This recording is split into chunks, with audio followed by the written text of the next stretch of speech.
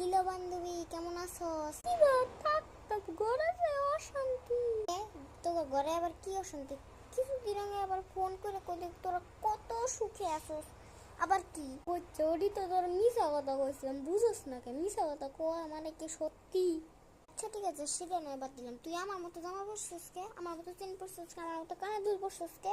কই আমি তো নকল করছি, তুই আমারটা নকল করছিস। হ্যাঁ, সব দোষ তো খালি তুমি আমারে দিবা, তোমার তো কোনো দোষ হয় না, বুঝো নাই? আর নিজে তো মনে খুবই ভালো একটা সুন্দরী রূপসী মাইয়া। আমি সুন্দরী তো তোরা তো জানিস না, নিজে তো মুখ একটা দব্বরেন না বত্তান না, আবার আসছে আমার লগে ঝগড়া করতে। যা, আমার লগে ফাঙ্গা নিবি একটা একশো কিতে একটা ফু দিলে কোনো উড়িয়ে যাবি কা? এনে আবার আসছে বেশি কথা করতে। যা ফোট আনতে, আমি ফুটুমকে তুই যা, তুই যা। তুই আমারটা প্রথমে কিন্তু নকল করছিস, আমি কিন্তু তোরটা একটুও নকল করিনি। ওই দিন নকল করেনি তো তুই আজকে আমার লগে দেখা করতে আসছিস কে? কই আচ্ছা, স্কুল বন্ধ তো কই একটু খেলা সাক্ষাৎ করবি না? আমার লগে আসছিস কে ঝগড়া করতে? আগে তো আমি খেলতে নি, তোর লগে একটু দেখা করতে আসছে। তুই যে এরকম খারাপ ব্যবহার করবি জানি?